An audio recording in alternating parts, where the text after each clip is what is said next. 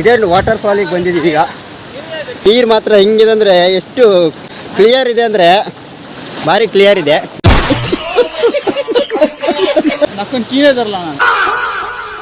ಎಲ್ಲ ಇಂಬ್ಳ ಕಸ್ಕೊಂಡೆಲ್ಲ ಇದ್ದಾರೆ.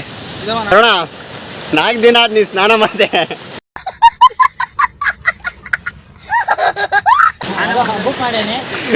ಅದು ಹಬ್ಬ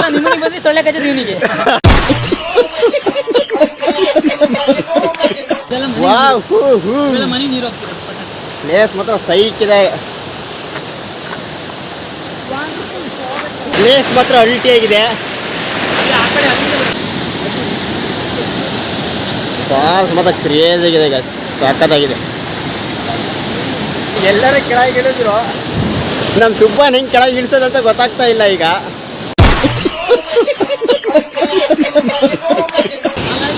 ಅಲ್ಲ ಅವನಿಗೆ ಇಳಿಯೋಕ್ಕಾಗ್ತಾ ಇಲ್ಲ ಅಂತ ಹೇಳಿ ಅಲ್ಲೇ ಚೆನ್ನಾಗಿದೆ ಅಂತಾನೆ.